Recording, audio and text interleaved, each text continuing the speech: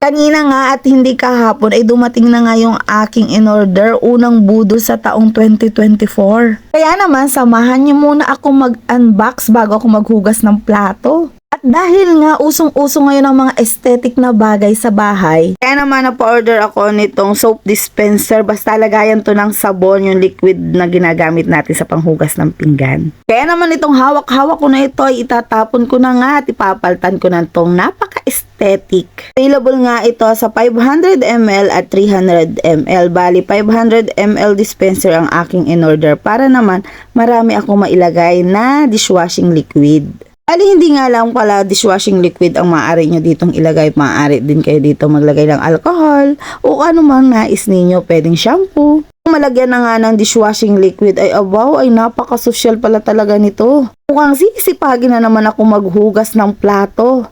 Yung pinakang case nga pala niya ay madali lang tanggalin at madali din lamang itakid. So sa mga nanay na katulad ko na naghahanap ng mga aesthetic na bagay ay umorder na kayo sa aking yellow basket. Diyan lamang yun sa comment section. Naku, wag ka nang mahiya, i-click mo din tapos i-add to cart mo. Tapos pag may pera ka na, umorder ka na kasi ito'y wala pang 100 pesos. Dahil nga bago ang aking lagayan ng sabon, eh dapat bago din ang aking pangkuskus ng pinggan. Dahil nakakasipag pala itong lagayan na ito, ay di ako maghuhugas ng mga plato.